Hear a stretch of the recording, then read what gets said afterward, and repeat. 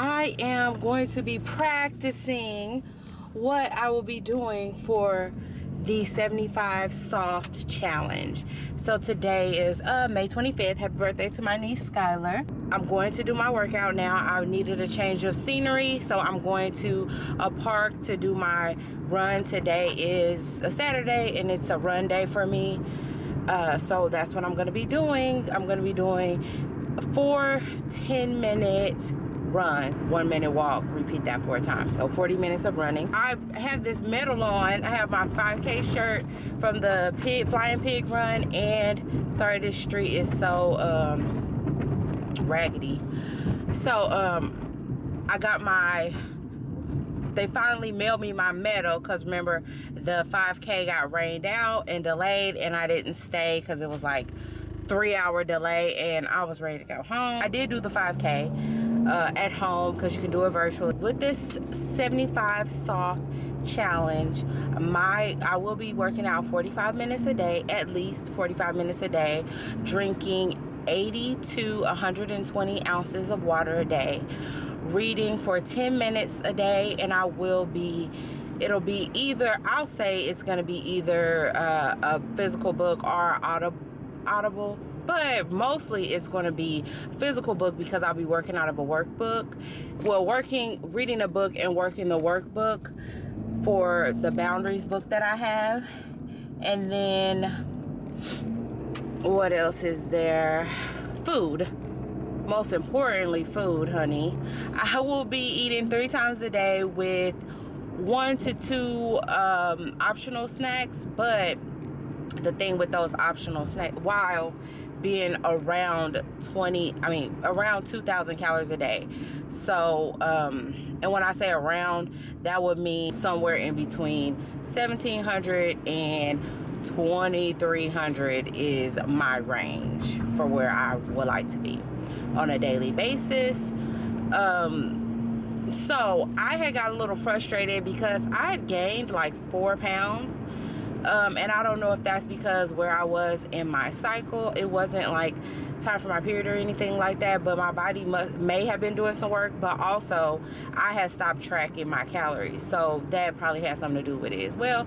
But 2 days of back tracking my calories, I'm back, those 4 pounds are gone. So I don't know, but it could have been also when I'm in I know because I've been tracking my cycle for over 5 years. I just kind of know, like, okay, when you're ovulating, you have a little bit more on you because your body's doing whatever process it's doing, trying to, get pregnant.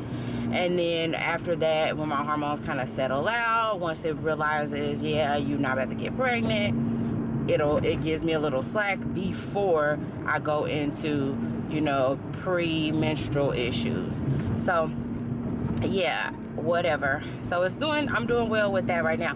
But what I kind of figured out, because I was getting so tired of tracking my meals, I had to kind of sit down and think, and I'm like, okay, what I can do or what I'm willing to do, because it's always for me it's a question of what are you willing to do. So I'm willing to meal prep. I don't know what my problem is with the word meal prep, because I wanted to say I'm willing to make food in advance, because it sounds so like, oh, meal prep, like it's old school, number one. It just feels like, but all those old school things, like me wearing this Fitbit, all the stuff that I try to avoid, it works. They're tools and they work. So if I have my smoothie for breakfast, I cut out the oatmeal because I was eating smoothie and oatmeal, but I have a smoothie for breakfast, and if I need it, like maybe today I might need the oatmeal, I might not, you never know. It just depends on how I feel. But if I'm having that every day, and if I'm having my lunch, if I have a lunch that I meal prep and I'm having the same thing for 3 or 4 days, then that's easier to count because you already kind of counted it. So it's just, meal prep also makes counting my calories easier, and I get to kind of coast on it. You do it once and you separate the food once. I don't have to weigh and measure, every day. I've just measured the stuff out. I put it in containers and I'm good for a couple of days until it's time to meal prep again. So that has been working for me, but only for 2 days. Because I've only been doing it for 2 days. I talked to my therapist and we were talking about food, and with the boundaries book and stuff like that, it talks about not being able to say no to yourself, or not being able to put up a boundary with yourself, right? And I definitely am a person who struggles with putting boundaries in place for myself. I was not told no very much as a child, and I just haven't developed that skill of even telling myself no when it comes to food or much of anything else. So I'm having to kind of work with that. But what I tried on yesterday was doing, okay, if I wanted to eat, like I wanted a snack and I felt like I wanted a snack, but I was like, okay, when you want a snack, before you have the snack, you need to write about what you're feeling and the negative thoughts that you might be having, and discuss distortions, like find out if there's any distortions in my thinking. And so I went down that road. But first, before I went down that road, let's say I wanted to have a snack starting at about 1:30 or 2. I didn't want to write nothing. So that made me not eat anything till about maybe 4 or 4:30 when I finally decided to journal. So that I held off the snack anyway, because I didn't want to pick up that pen. That pen be, the journaling, that pen be so heavy.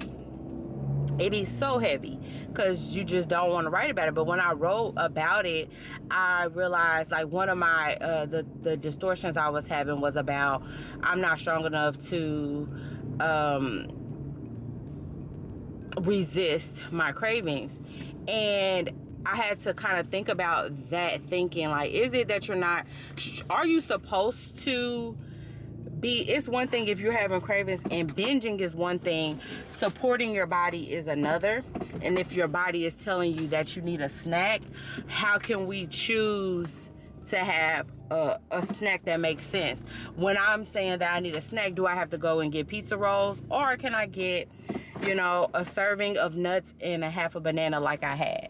You know, how can I make a better choice? How can I support my body, let my body know that I will respond to its needs, and do it from a place of, as the grown-up, as the adult in the situation? Because, like, you know, it's just like with a toddler. They may have requests, and every request may not be granted. Just like, you know, with my food situation. But if you have these rigid rules with no water, you know, until after you finish your food or something like that, which we all know that's a thing people do. What if I'm about to choke? You know, we have to have some flexibility in our rigid rules. And so as I'm learning to create a better relationship with my body and with food, I think one of the things that's important is putting myself in the driver's seat and not putting a rigid rule in place with that kind of thing, and making a smart decision. When I make a decision, make a grown-up decision, make a executive functioning decision, and not a decision from, you know, I'm about to have a snack, it's gonna be 2 pieces of pizza is gonna be my snack, or noodles is gonna be my snack. No, yeah, like what can we do that makes sense and supports our future goals and brings nutrients to our bodies? You know, what can we do in that realm? So I'm learning, honey. And then one of the other things she said that kind of, it was about, we were talking about something else, but I had said something like, I would never do this. And she's like, anytime you say never, there's usually some trauma behind it for you to put that rigid rule in place. And I feel like with food, with that never, there needs to be some flexibility. Like if I say I'm only going to eat 3 meals a day, or I'm gonna, you know, do this diet or that diet or whatever, putting those rigid rules in place it continues to cause me trouble.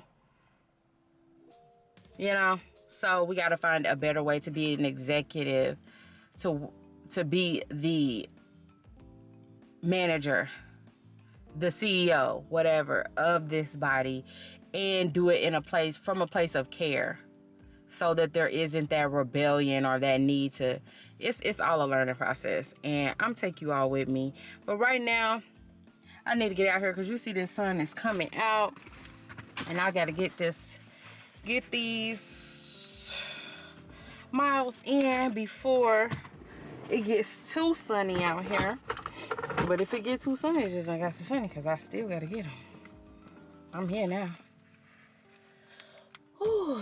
Talk to you soon.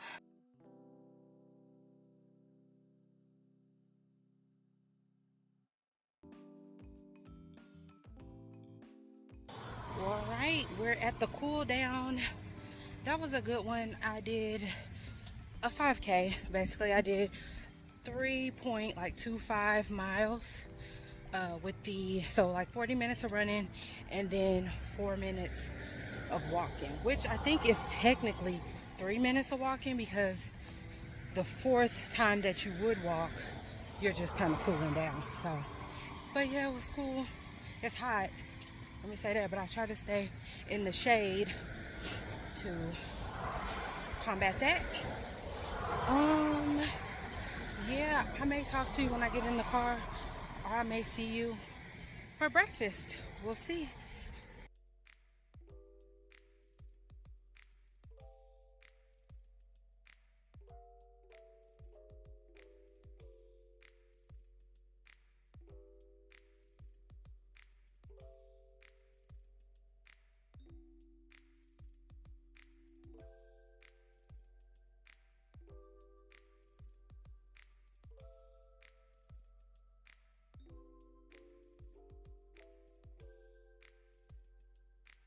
So I got remember I told you that I did some meal prep earlier this week. And so I'm just going to doctor up my chicken, vegetables, and rice into some kind of, I'm gonna eat it. I'll show you, but this, I already measured them out, so I know exactly how much is in it. I've been eating it the same way for the last couple days because I like it that way, with the seaweed and the Kewpie mayo and stuff like that, and some avocado. It comes up to about 600 or 700 calories when I'm done putting all of my stuff in there. It's working out to be that my breakfast is around 300 calories, 300 to 400 calories, and then my lunch is around 600 to 800 calories, because sometimes I'll have some fruit with it if I want, and then my dinner is around 1,000 calories. So that gets me to that around 2,000 calories a day. All right. And I'm thinking about measuring myself, but this pulls me in. This is faking. I think this is faking. But just the finished product has some sauces on it. Avocado, Kewpie mayo. I'm gonna mix it up. Eat it with these. Yep. Up before each and every match. So by this point, at 52 I'm just years old, showing my dinner, you know, that I'm making. Suffered, and now my guess is he's already 40 ounces down, and this is the second one. So at least 40 more to go for at least 80 ounces of water today. I think, well, I just showed you that my husband is making dinner, so I'm probably gonna, it is 4:30. I'm not gonna have a snack today. I did make some tea, so I'm gonna have some tea. But yeah, I'm gonna skip the snack. I did think about having a snack, but I kind of just worked it in my head, like, you know, with him making dinner, the calories might be a little high. I don't feel that like ravenous. I'm just more bored. So I was like, just go ahead and try tea first. So I'm making the tea, and with it being 4:30 and me drinking this water and me about to edit and having like things to kind of occupy me, I don't see me having a snack because it's on, dinner's coming. So yeah. What else do I need to do today? Meditate. I did not meditate yet. I always miss that part because that is the part that is gonna be like really hard for me to do. So I'm gonna do that. But right now I'm gonna do this. Be the sister. So dinner is done. I'm working on my water. I don't know if I'm going to. How about I just make it easier on myself and show y'all the calories for today right now. So I do it on the Fitbit app, and I haven't really been I've been tracking sporadically. So some of these days aren't done, but you'll see today, Saturday, is in the green, and it is because I've had 1,900 calories, and they're saying 2,300 out. I'm just staying in my, no matter how much I burn for the day, I'm basically staying in my range, you know? And so this is dinner.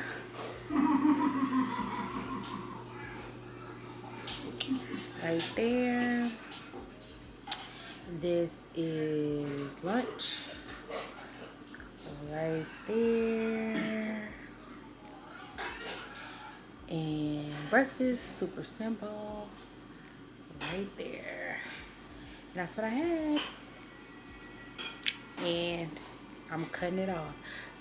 Another problem I have when my husband is cooking is that I end up wanting to eat more. Like I'm on the wrong. I just realized I'm on the wrong SD card. But anyway, I end up wanting to eat more because I do. And then I was looking at chips and stuff like that, and I had to tell myself, no, honey, if you want the chips, you can have chips tomorrow for lunch. Like, we're done for the day. Like, just setting some boundaries with myself. Still have to meditate, and I still got to finish this. Woo. My bad. Tuning into your own awareness of your breath and body.